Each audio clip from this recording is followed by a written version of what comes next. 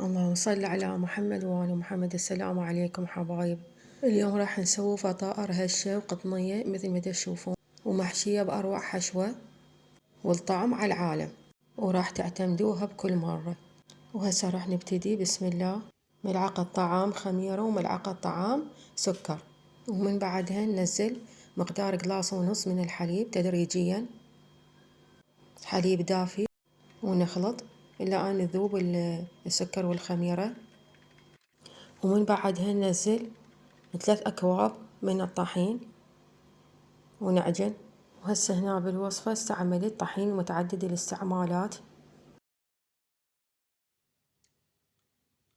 ومن بعدها ننزل عليه ملعقة صغيرة من البيكنج باودر مثل ما تشوفون حتى يعطي هشاشة، وهسه ملعقة صغيرة ملح، ونخلط ونستمر بالخلط.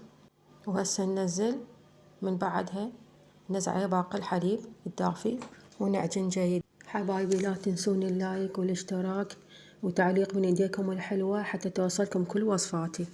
وهسه نستمر بالعجين الى ان تتكون عندنا عجينة متماسكة. ومن بعدها ننزل عليها 3 ملاعق من الزيت ونعجن الى ان يختفي الزيت تماما. بعدها نغطي على العجينة ونتركها ترتاح الى ان تختمر. وهسه عندي تجهيز مسبق لحشوة مال كفتة. وهسه ننزل عليها ملعقتين من الدقيق ونعجن. والكفتة عبارة عن نص كيلو من اللحم المفروم، وحبة بصل مفرومة ناعم، ومجموعة من التوابل، والتوابل موجودة بصندوق الوصف إن شاء الله. وهسه نستمر بالعجن حتى تتماسك كل المواد. ومن بعدها ننزل عليها ملعقة من النشا حتى يعطي تماسك للكفتة. وهسه بعد ما اختمرت العجينة مثل ما تشوفون نلمها شوية ونطلع منها الهواء ونبلش نشتغلها. وعندي هاي البوتيتة قطعتها أصابع فنجر، ونبدي نقليها على النار. ومن بعدها أيضا الكفتة نقليها على النار.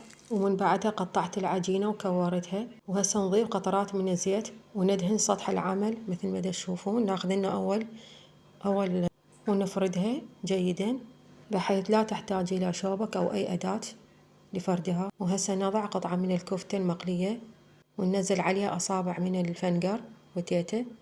ومن بعدها نضيف عليها كاتشب مال طماطة. ومن بعدها نلم الأطراف ونغلق عليها تماما مثل ما تشوفون، ونساوي الأطراف حتى لا تطلع من عندها الحشوة، ونرتبها بصورة حلوة ومرتبة. حبايبي الدعم واللايك يساعد في تطوير القناة، وأنا دا أتعب ونزل وصفات لوجه الله تعالى. وهاي الوصفة تفيد للطلاب، للموظفين اللي بالداخل وبالخارج، العربية والأجنبية. ومنظرها حلو والطعم كلش شهي كلش طيبة. جربوها وادعولي. نطبق الوصفة خطوة بخطوة حتى تنجح عندكم. لاحظوا البيكنج باودر يساعدها على أن تكون هشة واسفنجية، وتصير عندها فقاعات، وتصير مثل الأفران الجاهزة بالضبط. بس والله العائلة كلها حبتها وكلها طلبتها مني، رادوها كل يوم.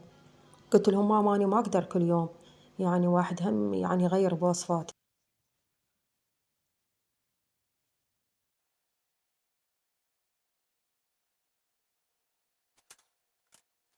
ومن بعدها ندهن وجه الفطائر بيضة وشوية قطرات عليها من الخل ونخلطها تمام. والغاية من دهن الوجه حتى يعطيها لمعان حلو وهشاشة.